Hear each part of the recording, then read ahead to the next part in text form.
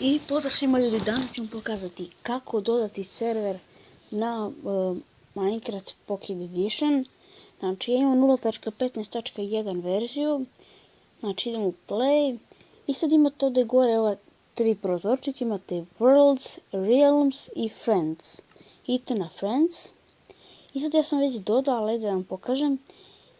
Ovdje piše add friend, znači imate ovdje desnu ikonicu neku, što je ovo neki računar, tako nešto, nemam pojma. Idete tu, idete u sredinu IP adres i kucate ovako. Ovo je za Hunger Games i za tako dalje, znači kucate sg.lbsg.net.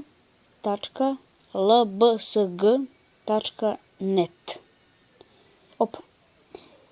Sega.net. Tako. Lala, opet pogrešio. Net. Tako. I sad idete ovdje gore name. Znači, to možete bilo šta da kucate. Naprimjer, ću kucam MC5. Znači, nije bitno. Znači, možete šta god hoćete. Možete, naprimjer, reći kucam HG. Eto, znači, Hunger Games. Idete add server. I sad će nam se ono ovdje pojaviti ovdje dole. Inače ovo snimam iz jednog mog prijatelja.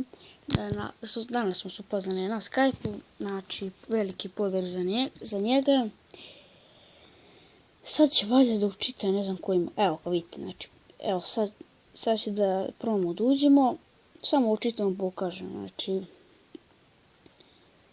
Stvar se neće nešto. Sad će vidimo šta mu je. Server.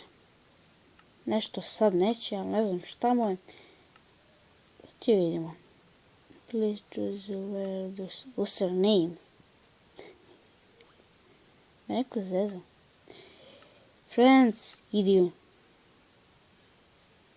Nisam server. Nema veze ljudi, znači meni nešto sad neće, ali ne znam da li će i vama. Dakle ljudi, to bilo to za ovu epizodu. Znači kao što sam rekao prema za mog prijatelja. Tako da ljudi, svima veliki pozdrav.